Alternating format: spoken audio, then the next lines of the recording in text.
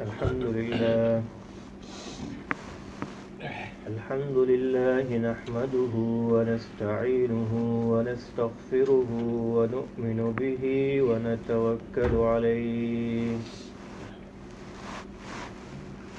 ونعوذ بالله من شرور أنفسنا ومن سيئات أعمالنا من يهده الله فلا مضل له ومن يضلله فلا هادي له ونشهد أن لا إله إلا الله وحده لا شريك له ونشهد أن سيدنا ومولانا محمدا عبده ورسوله أما بعد فأعوذ بالله من الشيطان الرجيم بسم الله الرحمن الرحيم لقد كان لكم في رسول الله أسوة حسنة وقال تعالى في مقام آخر إنك لعلى خلق عظيم صدق الله مولانا العظيم. میرے انتہائی قابل احترام بزرگ دوستو، اللہ تبارک و تعالیٰ نے ہمارے اوپر بہت بڑا کرم کیا ہے، احسان کیا ہے. 2-3 ہفتوں سے ربیع الاول کی مناسبت سے سیرت ہی کے موضوع پہ بات ہوتی رہی ہے، تو آج بھی سیرت کے اور آپ علیہ الصلوۃ والسلام کی زندگی کے ایک بہت اہم پہلو جس میں آپ علیہ الصلوۃ والسلام کو امتیازی شان حاصل ہے، اس کے متعلق بات کریں گے. دیکھیں، اللہ نے ہر پیغمبر کو، ویسے ہر پیغمبر، ہر نبی وہ صفات کا مالک ہوتا ہے، لیکن چند باتیں یا چند صفات چند خاص انبیاء علیہم السلام کی طرف منسوب کی جاتی ہے، ان کا ذکر کیا جاتا ہے. جیسے یوسف علیہ السلام کے متعلق آتا ہے کہ بہت زیادہ حسین تھے، تو حسین سارے پیغمبر تھے، ان کو حسن میں زیادہ بڑا مرتبہ.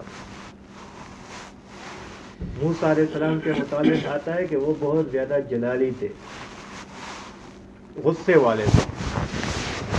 تو بہادر سارے پیغمبر تھے، لیکن موسیٰ علیہ السلام کی خاص صفت ذکر کی گئی ہے. اور سارے انبیاء علیہ السلام اللہ سے باتیں کیا کرتے تھے، لیکن موسیٰ علیہ السلام کی ایک خاص خصوصیت ہے کہ وہ کوہ طور پر اللہ سے باتیں کی تو کلیم اللہ کہلائے، تو یہ خاص صفت ان کی ہے. اسی طرح ہمارے اور آپ کے پیارے پیغمبر صلی اللہ علیہ وسلم، ان کے متعلق آتا ہے کہ ان کے اخلاق سب سے اونچے، اخلاق میں سب سے اونچے وہ پیغمبر صلی اللہ علیہ وسلم.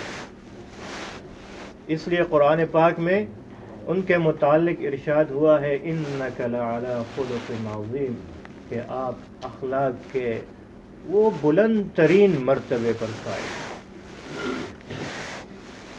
تو وہ ایک معیار ہے ہمارے لیے، ایک کسوٹی ہے کہ ہم بھی ان کی طرح اخلاق اپنائیں. پہلے بھی بات ہوئی تھی، ایک اخلاق وہ ہے جسے ہم اخلاق کہتے ہیں، جیسے ہنس کے ملنا، مسکرا کر ملنا، حال چال پوچھنا.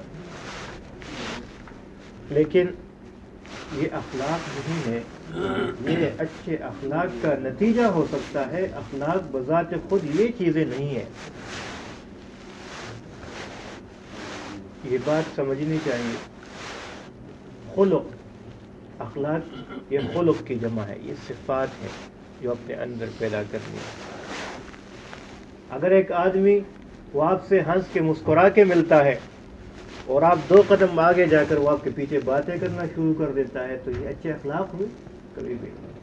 اگر لوگ کہیں گے اسے اچھے اخلاق، لیکن ہے نہیں اچھے اخلاق، جس کو ہم آرٹیفیشل کہتے ہیں کہ ہم نے خود قصدن یا بناوٹی، جسے کہتے ہیں بناوٹی مسکراہٹ اور بناوٹی ہنس مکھی، یہ بناتے، یہ اچھے اخلاق نہیں ہے۔ تو پھر ہے کیا اچھے اخلاق؟ ہے کیا؟ یہ اصل میں دل کے اندر صفت پیدا کرنے کا نام ہے۔ مثال کے طور پر آپ دل کے اندر ہمدردی کی صفت پیدا کرو گے، پھر اس ہمدردی کی صفت کے نتیجے میں آپ جس سے ملو گے تو صحیح طریقے سے ملو گے۔ آپ کسی کی خیر خبر لوگے تو وہ آپ اس میں ہمدردی مد نظر ہوگی، یہ اچھے اخلاق ہیں۔ تو پھر آپ اس کا برا نہیں چاہو گے، پھر آپ اس کا نقصان نہیں کرو گے، پھر آپ اس کے پیچھے باتیں نہیں کرو گے۔ کب؟ جب آپ کے اندر یہ ہمدردی والی صفت پیدا ہو۔ اسی طرح اچھے اخلاق میں سے ایک صفت ہے اخلاص۔ آپ کے اندر اخلاص پیدا ہو جائے، اس کے نتیجے میں آپ کے اخلاق اچھے ہوں گے۔ آپ کے اندر اخلاص پیدا ہوا، پھر آپ کسی کی مدد کرتے ہیں، پھر آپ اسے نہیں جتاؤ گے کہ یار میں نے آپ کی مدد کی تھی، میں نے آپ کو پیسے دیے تھے، پھر بھی آپ یہ کرتے ہیں۔ آپ پھر نماز پڑھو گے، اخلاص ہے اس کے اندر، تو آپ کسی سے اس کے ریٹرن میں کچھ مطالبہ نہیں کرو گے۔ کب؟ جب آپ کے اندر اخلاص والا اچھی صفت ہو، اخلاص والا خلق آپ کے اندر موجود ہو۔ تو آپ علیہ الصلوۃ والسلام اخلاق کے بلند ترین سطح پر تھے۔ ان کے اخلاق، ان کے اندر ہمدردی، شفقت، اخلاص، کسی اور کا بھلا چاہنا، یہ اعلیٰ ترین معیار ہو۔ اس سے اور کیا بڑی ہمدردی ہوگی کہ کسی کو جہنم کی آگ سے بچا لے، کسی کو ہمیشہ ہمیشہ ناکامیوں سے بچا لے۔ اس سے بڑھ کر کوئی بھی صفت، کوئی بڑی ہمدردی نہیں ہو سکتی۔ دنیا کی زندگی تو چند روزہ ہے، اس میں بھی ہمدردی ہے، اور آپ کے اخلاق اور ہمدردی اور شفقت وہ تو ایسا تھا کہ صرف انسانوں کے لیے نہیں، یا صرف مسلمانوں کے لیے نہیں، کافروں کے لیے بھی، کافروں کے لیے بھی صرف نہیں، جانوروں کے لیے بھی، ہر چیز کے متعلق آپ کے واقعات، خوبصورت واقعات وہ کتابوں میں لکھے ہوئے۔ آپ نے دیکھا ہوگا حضرت حمزہ رضی اللہ تعالی عنہ، آپ علیہ الصلوۃ والسلام کے چچا ہے، اور احد کا میدان ہے، اور حضرت علی اور حضرت حمزہ تلوار چلا رہے ہیں، اور کافروں کا خوب انہوں نے نقصان کیا، اور حمزہ تو دونوں طرف سے تلوار چلا رہے ہیں اور آگے بڑھ رہے ہیں مسلمانوں کی حمایت میں اور کافروں کی دشمنی میں۔ ادھر سے ابو سفیان کی بیوی ہندہ نے اپنے غلام، جس کا نام تھا وحشی، اس کو یہ ٹاسک دیا، اور یہ کہ آپ علیہ باللہ حضور پاک صلی اللہ علیہ وسلم کو یا پھر حضرت حمزہ کو، اس کے چچا کو شہید کر دو تو آپ آزاد ہیں۔ غلامی کے بدلے میں بندہ سب کچھ کرنے کو تیار ہوتا ہے۔ غلامی دنیا میں سب سے بدترین حالت ہے، آزادی سب سے بڑی نعمت ہے جو اللہ تعالیٰ نے مجھے اور آپ کو مفت میں دی ہے۔ کسی کا غلام بن کر رہنا، وہ انسان نہیں ہوا کرتے تھے، وہ انسانیت سے گر کر جانور بن جاتے تھے۔ جہاں چاہے آقا اسے ہانک لے، جہاں چاہے اسے لگا لے، جہاں چاہے اسے بیچ دے، جو چاہے اسے کھلائے۔ اسی طرح ایک واقعہ یاد آ گیا، ایک شخص آ گیا، غلام، کسی نے غلام خرید لیا، غلام۔ تو آقا نے پوچھا، مالک نے پوچھا، اچھا بھائی کہاں رہو گے؟ تو اس نے کہا جہاں آقا ٹھہرائے، جہاں پر مالک ٹھہرائے وہاں رہوں گا۔ اچھا کھاؤ گے کیا؟ اس نے کہا جو آقا کھلائے، جو آپ کھلاؤ گے وہی کھاؤ۔ پھر اس نے کہا کیا پہنو گے؟ کہا جو آپ پہناؤ گے وہی پہنو گے۔ اچھا آپ کی کوئی اپنی کوئی مرضی نہیں ہے؟ کہتا ہے میں غلام جو ہوں، میری مرضی تو تیری مرضی میں ہے، تو راضی ہو جائے تو مجھے کھانا اچھا ملے یا خراب ملے، تھوڑا ملے یا زیادہ ملے، میں کسی کمرے میں رہوں، کسی برآمدے میں رہوں، کہیں ویسے آسمان تلے رہوں، رات گزاروں، آپ اس پہ راضی ہو تو اسی میں میری رضا ہے۔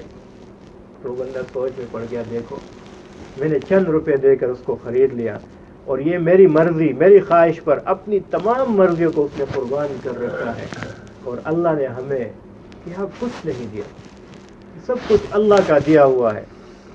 یہ آنکھیں اللہ نے دی ہے، یہ کان اللہ نے دیے ہیں، یہ عقل اور سوچ اللہ نے دی ہے، یہ فکر اللہ نے دی ہے، یہ ہاتھ پاؤں میں طاقت اللہ نے رکھی ہے، یہ بیوی بچے اللہ نے دیے، یہ گھر اللہ نے دیا، یہ گاڑی اللہ نے دی، یہ معاشرے میں ایک مقام اللہ نے ہمیں دیا ہے، اس زبان میں بولنے کی طاقت اللہ نے رکھی ہے، زبان ہوتی بول نہ پاتے، گونگے ہوتے ہم کیا کر سکتے، آنکھ ہوتی ہم دیکھ نہ سکتے تو ہم کیا کر سکتے تھے؟ تو اتنی ساری نعمتوں کے باوجود ہم اللہ تعالیٰ کے احکامات اور اس کی مرضی پر چلنے کو تیار نہیں ہے۔ اور بندہ سوچ میں پڑ گیا کہ میں تو چند روپے دے کے اس کی ساری مرضی میں نے خرید لی، اور اللہ نے سب کچھ دے کے بھی ہم اس کی طرف نہیں جا رہے، اس کی مرضی کے مطابق زندگی نہیں گزار رہے۔ تو یہ غلامی سب سے کم سطح ہے زندگی گزارنے کی۔ تو وحشی کو یہ ملا کہ آپ ان کو شہید کر دو تو آپ کو آزاد کر دوں گا، وہ کر دوں گی، وہ ہندا کہہ رہی۔ تو وحشی کہتے ہیں کہ جب میں نے دیکھا کہ آپ علیہ الصلوۃ والسلام تو صحابہ کے جرمٹ میں ہے، انہوں نے وہ حصار بنایا ہوا ہے، ارد گرد صحابہ اکرام ہے، وہاں تک تو میری پہنچ نہیں ہے، میں لاکھ بھی چاہوں ان تک نہیں پہنچ سکتا، کیونکہ صحابہ تو جان نثار کرنے کے لیے تیار ہوتے تھے آپ علیہ الصلوۃ والسلام پر۔ تو وہی کہتا ہے وہاں تک تو میری رسائی نہیں، چلو حضرت حمزہ دونوں ہاتھوں سے تلوار چلا رہے ہیں، تو نہ ادھر دیکھتا ہے نہ ادھر دیکھتا ہے، اور یہاں سے غافل ہے، اور وہاں بس دشمنوں کے ساتھ لڑنے میں مصروف ہے، یہاں میں اپنا جو ہے تیر آزماتا ہوں۔ تو وہ تاغ میں بیٹھ گیا اور اس نے حضرت حمزہ رضی اللہ تعالیٰ عنہ کو شہید کر دیا۔ اور جب ہندا کو یہ اس نے کہا یہ میری لڑائی کوئی غرض نہیں تھی، بس اس نے جو شہید ہو گیا تو جا کے اسے بتایا کہ دیکھو میں نے اپنا کام کر دیا، اور واپس چل پڑا اور لڑائی میں حصہ نہیں لیا۔ تو ہند جو تھی وہ آئی اور حضرت حمزہ رضی اللہ تعالیٰ عنہ پر اپنا غصہ نکالنے کے لیے ان کا سینہ چھیرا، اور ان کے سینے جگر اور سب کو نکال کر، دل کو نکال کر چبایا، پھر ایک تار میں پرو کر اسے گلے میں لٹکایا۔ جب آپ علیہ الصلوۃ والسلام جنگ سے فارغ ہوئے، شہیدوں میں دیکھتے ہیں کہ حضرت حمزہ رضی اللہ تعالیٰ عنہ اس حالت میں پڑے ہیں، اور یہ چچا آپ کے مسلمانوں کی بہت مدد کرنے والے، تو آپ کو بہت بڑا بھاری گزرا، یہ بہت گراں گزرا۔ اور کہہ رہے تھے کہ میرا دل نہیں چاہتا میں کہ اس کو دفن کروں، میں چاہتا ہوں کہ اسے اوپر ہی چھوڑ دوں، اور پرندے آئے اور اس سے گوشت کھائے، اور قیامت کے دن جب لوگ قبروں سے اٹھیں گے، میرا چچا وہ پرندوں کے پیٹ سے اور کہیں اور سے جانوروں کے پیٹ سے ان کا گوشت اڑتا ہوا آئے اور وہ گر جائے، اور پھر میں کہوں کہ یا اللہ یہ آپ کے دین کی خدمت کے واسطے، آپ کے دین کے لیے یہ قربانی دی۔ اور ایک جنازہ نہیں، 70 جنازے پڑے، 70 صحابہ شہید ہوئے۔ حضرت حمزہ کی چارپائی یا جو حمزہ کی لاش وہ سامنے رہتی، ہر دفعہ جنازہ پڑھاتے۔ آپ نے فرمایا میں اس کو دفن نہیں کرنا چاہتا، لیکن پھر آپ لوگ بھی دفن کرنا چھوڑ دو گے تو اس لیے میں دفن کرتا ہوں۔ یہ وحشی اتنا بڑا ظلم اور اتنی بڑی تکلیف دی اللہ کے رسول صلی اللہ علیہ وسلم کو، جب سامنے آتا ہے اور اسلام قبول کرنے کے واسطے یا اس نیت سے مدینہ تشریف لاتے ہیں، یہ وحشی جو قاتل تھا، وہ وحشی جو سید الشہداء کا قاتل تھا، اسلام ایک بہت بڑی نعمت ہے، بہت بڑی. تو مدینہ آتا ہے اور پوچھتا ہے یا رسول اللہ میری معافی ہو جائے گی؟ اور آپ نے حکم دیا تھا جہاں کہیں وحشی ملے تو اسے قتل کر دو. بہت بڑا ظلم کیا ہے اس نے، جہاں کہیں بھی ملے تو اسے قتل کر دو. تو وہ تو ڈرا ہوا بھی تھا. وہ جیسے ہی دربار میں داخل ہوتا ہے تو صحابہ کی تلواریں وہ نکلتی ہے اور اٹھ کر جپٹنے لگتے ہیں تاکہ اسے پکڑ لیں، کیونکہ اللہ کے رسول کا حکم ہے. تو اللہ کے رسول ہمیں صبر کرو، صبر، بیٹھو بیٹھو. وحشی آتا ہے اور بیٹھتا ہے تو اللہ کے رسول صلی اللہ علیہ وسلم فرماتے ہیں اچھا بتاؤ کس نیت سے آیا ہوں؟ اس نے کہا یا رسول اللہ اسلام قبول کرنے کی نیت سے آیا ہوں، کیا میری معافی ہو جائے گی؟ کیا میری توبہ قبول ہو جائے گی؟ تو آپ نے فرمایا کہ وحشی پہلے مجھے یہ قصہ سناؤ، میرے چچا تو بہت بڑے بہادر انسان تھے، آپ نے اسے شہید کیسے کیا؟ تو اس نے پورا قصہ سنایا. وہ قصہ سناتے تھے، آپ علیہ السلام کے آنکھ مبارک سے آنسو وہ بہتے جاتے تھے. پھر فرمانے لگے کہ اپنے اس چچا کے قاتل کو بھی معاف کر دیا. کہا جب اسلام قبول کر دیا تو الاسلام یہدم ما کان قبلہ، کہ اسلام اپنے پہلے سے جو کچھ بھی گناہ آپ نے کیا ہے وہ سب کا سب اللہ تعالیٰ معاف کر دیتا ہے. ویسے میں نے معاف تو کر دیا لیکن میری ایک شرط ہے. میں نے بھی معاف کر دیا، اللہ بھی انشاءاللہ کچھ نہیں کہے گا کیونکہ اسلام قبول کر لیا آپ نے. میری ایک شرط ہے، وہ یہ ہے کہ آپ جب بھی آؤ تو میرے سامنے مت بیٹھو، میرے سائڈ پہ بیٹھا کرو تاکہ مجھے اپنے چچا کی یاد نہ آئے. وہ مجھے تڑپاتی ہے، آپ کو دیکھ کر مجھے اپنے چچا یاد آ جاتے ہیں کہ آپ نے جو ظلم کیا تھا. تو کہا کیا خیال ہے اگر میں جہاد میں بھیج دوں، آپ کو شام میں بھیج دوں، کہیں اور بھیج دوں؟ دیکھا یا رسول اللہ ہر شرط منظور ہے، آپ راضی ہو جائیں اور آپ مجھے معاف کر دو، باقی جو آپ کہیں گے ویسے ہی ہوگا. تو ایسے اخلاق والے کہ اپنے چچا کے قاتل کو بھی معاف کر دیا. بہت سارے واقعات ہیں، ایک مختصر واقعہ اور بھی سنا دیتا ہوں. جب آپ علیہ السلام ہجرت کر رہے تھے، مکہ سے مدینہ جا رہے ہیں، تو بیت اللہ شریف کی چابی، آج بیت اللہ شریف کی چابی جس کے پاس ہوتی تھی اس کا نام تھا عثمان. تو آپ علیہ السلام ان کے پاس چلے گئے اور کہنے لگے کہ میں تو جا رہا ہوں مکہ چھوڑ کے، مجھے چابی دو، اجازت دو تاکہ میں اندر کعبہ شریف کے اندر جا کر اللہ کی عبادت کروں. اس نے کہا نہیں، میں کیسے اجازت دوں، میں کیسے چابی دوں، پوری قوم آپ کے مخالف ہے. تو آپ نے فرمایا وہ کیا دن ہوگا، کیا کہتے ہو، وہ کیا دن ہوگا جب یہ چابی میرے پاس ہوگی اور یہ میرے اختیار میں ہوگا. تم نے کہا اب تو ان کی جگہ نہیں ہے، مکہ میں کوئی اسے چھوڑ نہیں رہا اور باتیں کیا کرتے ہیں. 8 سال کا عرصہ گزرتا ہے اور مکہ فتح ہوتا ہے. آپ علیہ السلام مکہ تشریف لے جاتے ہیں اور اندر جا کر بیت اللہ شریف کے اندر جتنے بت ہیں وہ سارے کے سارے کی صفائی کرتے ہیں اور چابی ان کے ہاتھ میں آتی ہے. پھر پوچھتے ہیں اس کا رکھوالا عثمان زندہ ہے کہ مر گیا ہے؟ وہ زندہ تھا، اس کو بلوایا گیا، وہ سامنے کھڑا ہے. کہا اب دیکھو، یہ دیکھو کیا خیال ہے اب اس کے بارے میں، کیا خیال؟ تو اس نے کہا کہ یا رسول اللہ آپ تو بہت رحیم ہو، بہت کرم کرنے والے ہو، بہت مہربان ہو، واقعی آپ نے سچ کر دکھایا.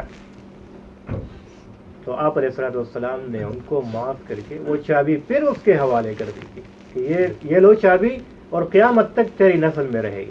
آج بھی بیت اللہ شریف کی چابیاں اسی کی نسل میں موجود ہیں. اور مکہ والوں کو جن نے جتنی تکلیفیں دی تھی سب کو معاف کر دیا، سب کے سب کو معاف کر دیا. جنہوں نے گھر میں نہ چھوڑا، جنہوں نے بیویوں کو اور اپنی بیٹیوں کی طلاقیں دی، جنہوں نے زندگی اجیرن کر دی تھی، مشکل میں ڈال دیا تھا، ان سب کو سامنے رکھ کر کہنے لگے کہ کیا خیال ہے میرے بارے میں، تو سب کو بیک آواز معاف کر دیا کہ جاؤ تم سب آزاد ہو۔ تو ایسے اخلاق والے نبی ہیں ہمارے، ہمیں چاہیے کہ ہم ان کی زندگی کو پڑھیں اور ان جیسے اخلاق کو جو اپنے قاتل کو بھی معاف کر دے۔ آج ہم اپنے سگے بھائی باپ رشتہ دار سے چند روپوں اور ٹکوں کے واسطے جھگڑتے ہیں، لڑتے ہیں، تعلقات توڑتے ہیں، تو اللہ کے لیے آپ علیہ السلام کی زندگی کو پڑھیں۔ الحمد لله نحمده ونستعينه ونستغفره